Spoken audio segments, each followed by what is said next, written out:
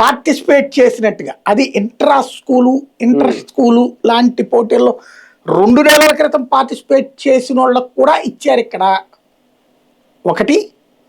రెండవది వచ్చేటప్పటికి మామూలుగా పీఈటీలు అంటాం, physical education teachers, drill master, ఆ పీఈటీ పోస్టులకి బీపీఈటీ పాస్ అవ్వాలి, బ్యాచిలర్ ఆఫ్ ఇది పాస్ అవ్వాలి, బీపీఈడీనో ఏదో ఉంటది. దాంట్లో పాస్ కాకపోయినా కూడా ఇచ్చేసారట ఉద్యోగం. ఇచ్చి 5 ఏళ్లలోపు వాళ్ళు అది పాస్ అవ్వాలని పెట్టారట. ముందు టీచర్ అయిపోయి ఆ తర్వాత పాస్ అయ్యేదేంటి అనేటటువంటి పాయింట్ కూడా ఇతను రైట్ చేసుకొచ్చి, అదే టీచర్లు అయిన తర్వాత మళ్ళీ ఆన్లైన్ టెట్ రాయమన్నారు కదా, అలాగా టెట్ ఏమో సుప్రీంకోర్టు చెప్పింది, వీళ్ళు ముందే అవకాశం ఇస్తున్నారు. అది వాళ్ళు ఆల్రెడీ బీఈడీలు పాస్ అయిన వాళ్ళే. అవును, అలా కాకుండా అర్హత పరీక్ష ఒకటి ఉండాల్సిందే అని పెట్టింది. దానికే అట్లా పెడితే వీళ్ళు అర్హత లేని వాళ్ళకి ఇచ్చారు అనేటటువంటిది.